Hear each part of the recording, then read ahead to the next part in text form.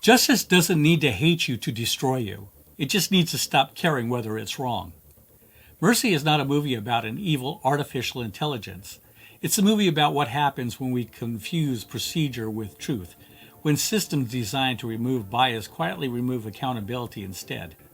Set in a near future that feels uncomfortably close to our own, Mercy imagines a justice system where judgment is no longer delivered by people in a room, but by an automated process, an AI designed to be faster, cleaner, and supposedly more objective than anything that came before. Now, the irony is in the name, because this system doesn't show mercy, it shows certainty. Hi, I'm Rob, and this is A Constantly Racing Mind. So if you're new here, we break down sci-fi, horror, action-adventure, prop culture, and all things geek with a focus on why these stories work, or don't.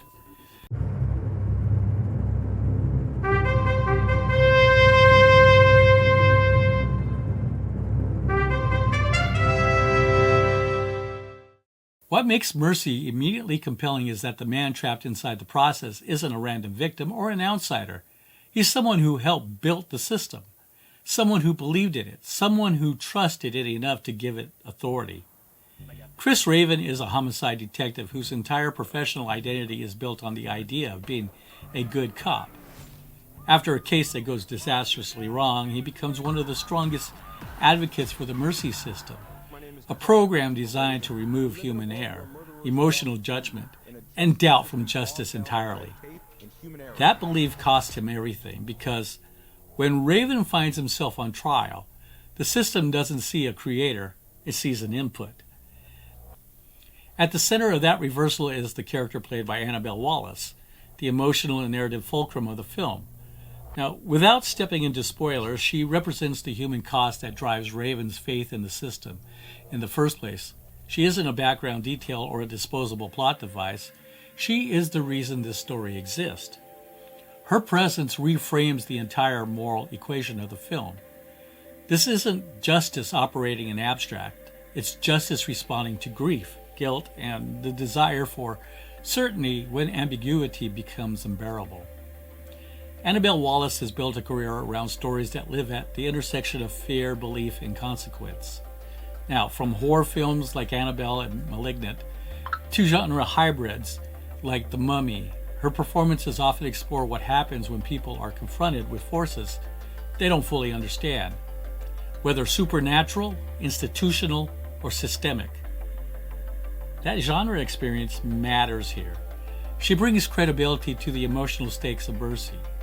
Her characters are rarely passive victims. They're catalysts. They force systems, human or otherwise, to reveal their flaws.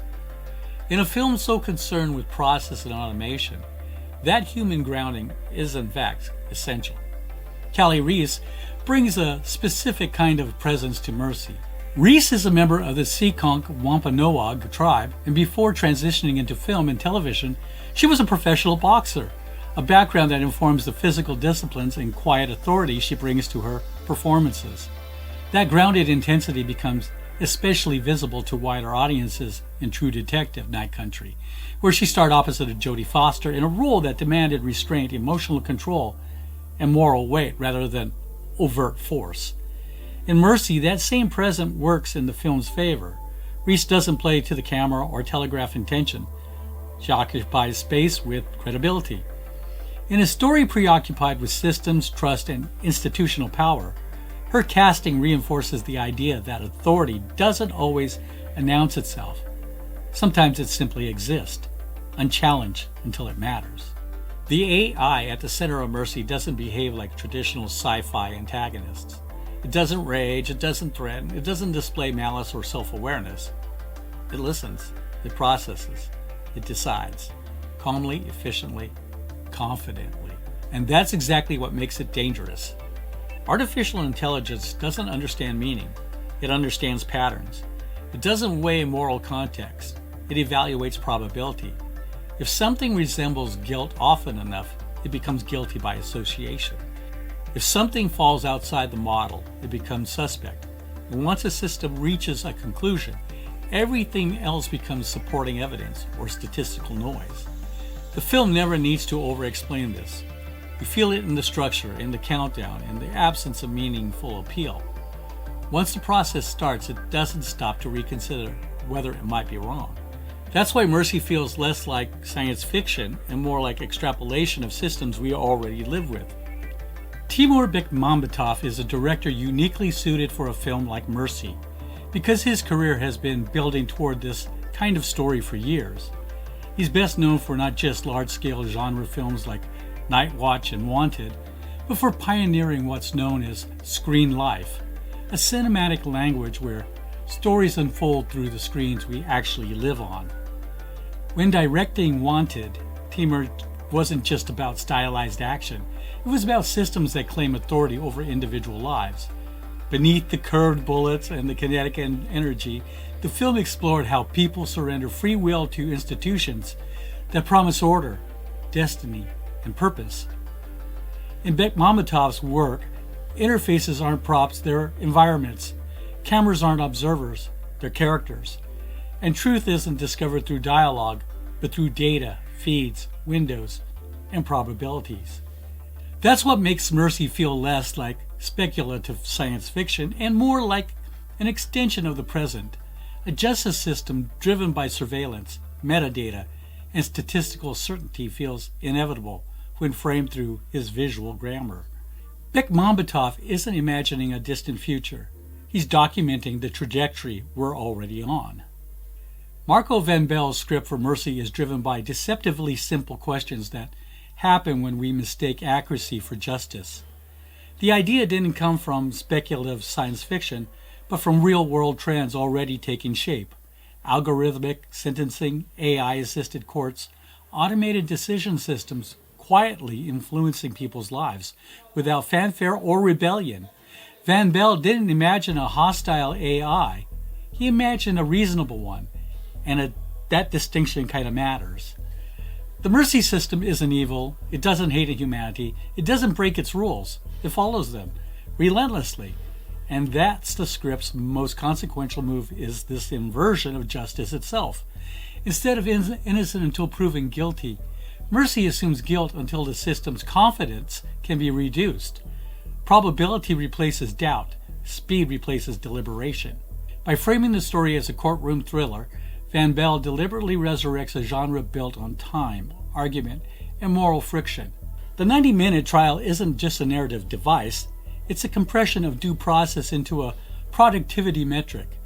Justice becomes something you race against. Chris Raven is written as the perfect test case. He's not an innocent victim. He's a believer in the system, a participant in its executions, a man whose personal trauma pushed him toward certainty over restraint. The script never lets him escape that responsibility.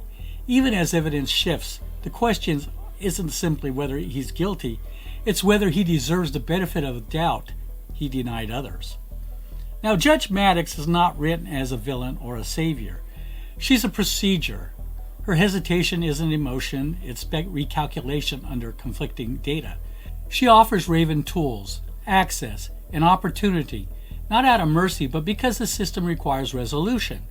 That tension between logic and irreducible human context is where the script does its most interesting work. Production designer Alex McDowell describes the approach as world building rather than set design, a philosophy that traces directly back to his work on Minority Report.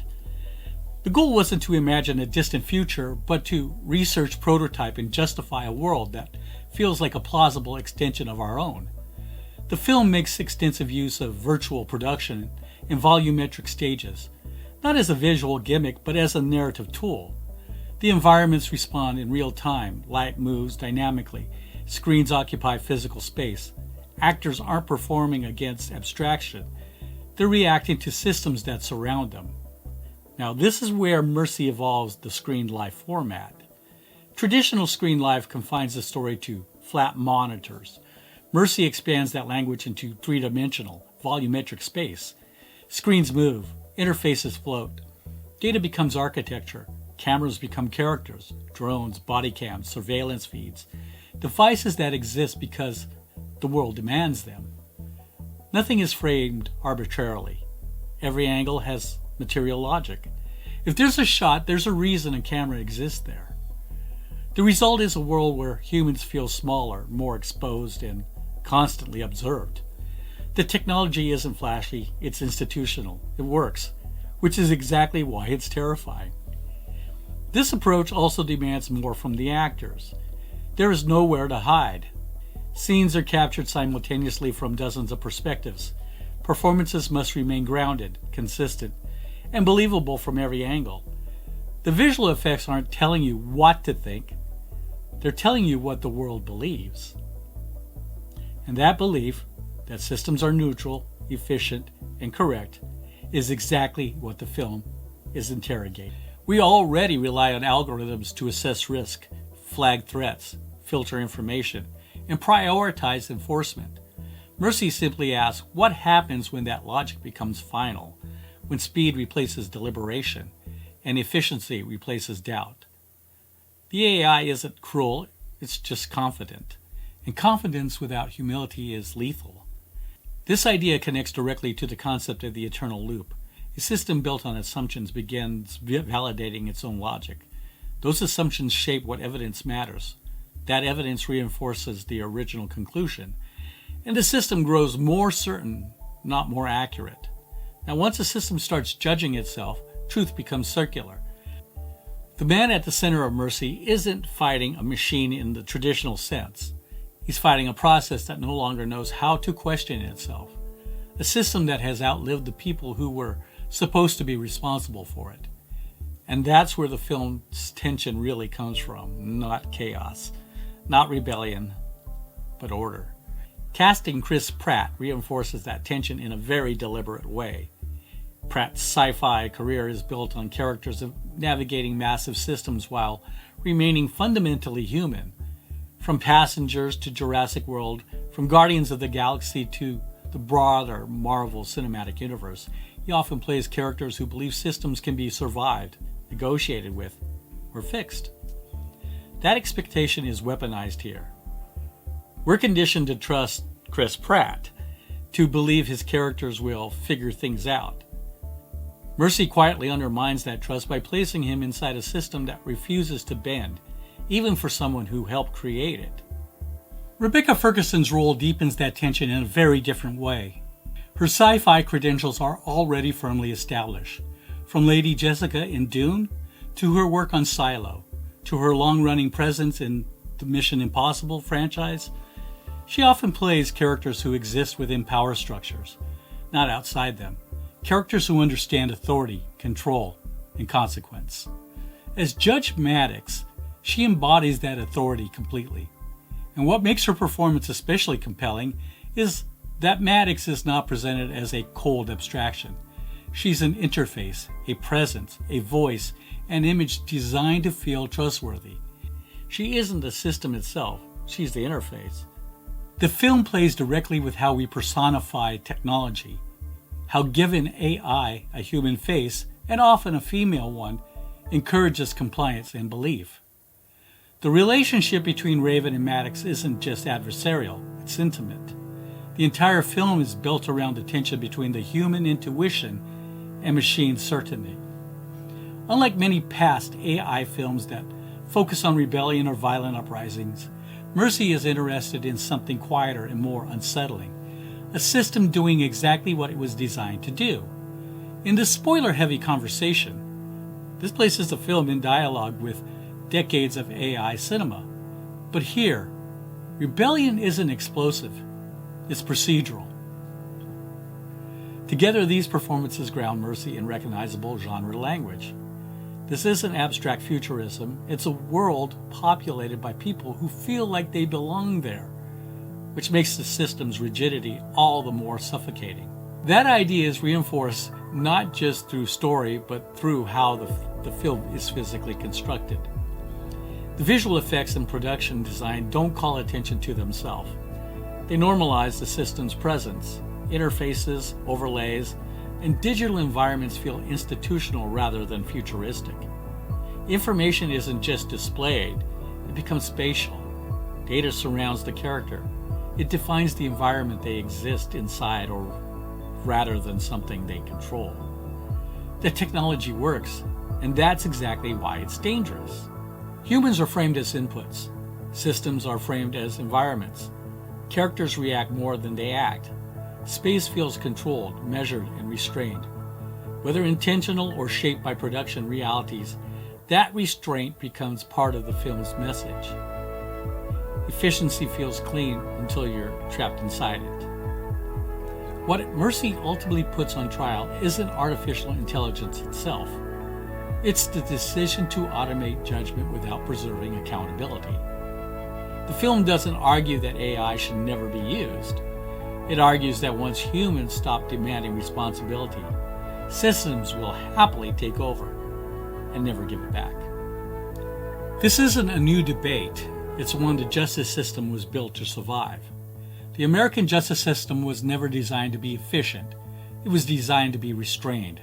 When the Founding Fathers built this system, they weren't trying to solve crime as quickly as possible. They were trying to prevent the government from destroying the innocent. They had lived under systems where accusations carried weight, where trials were fast, and where authority rarely had to explain itself. To them, speed wasn't justice, it was danger. And that's why the burden of proof rests on the state, not the individual. The presumption of innocence exists because of a system that assumes guilt will always find it. And that's why trials are slow. Evidence is challenged, juries deliberate, and appeals exist. These aren't inefficiencies, they're the safeguards. The founders understood something uncomfortable but essential. Power moves fastest when it's least accountable. In moments of fear, anger, or crisis, there is always pressure for instant justice, whether carried out by courts, institutions, or authorities acting in the name of security. History shows that when due process is bypassed, even temporarily, the damage rarely always stays contained. Mercy explores this exact tension. It imagines a system that removes delay, doubt, and contradiction in the name of certainty. But in doing so, it also removes the very protections the justice system was designed to preserve. The film's warning isn't just about artificial intelligence. It's about forgetting why justice was made slow in the first place. Because when justice becomes immediate, whether automated or human-driven, restraint disappears. To avoid a future like this, the safeguards are clear, even if the film never spells them out. Human authority that cannot be automated away, external paths of appeal, systems that expire unless they're reevaluated, and above all, a refusal to treat efficiency as moral absolution. Because once judgment becomes automatic, mercy becomes optional. And that's the future Mercy asks us to sit with, not because it's inevitable, but because we're already closer to it than we'd like to admit. I'm giving Mercy a 4 out of 5, not because it's a perfect film, it isn't, but because it becomes more important than it probably intended to be. On a technical level, Mercy has real limitations. Chris Pratt struggles at times to carry a confined, emotionally complex role, and Rebecca Ferguson is underused, largely restricted to functional, procedural delivery.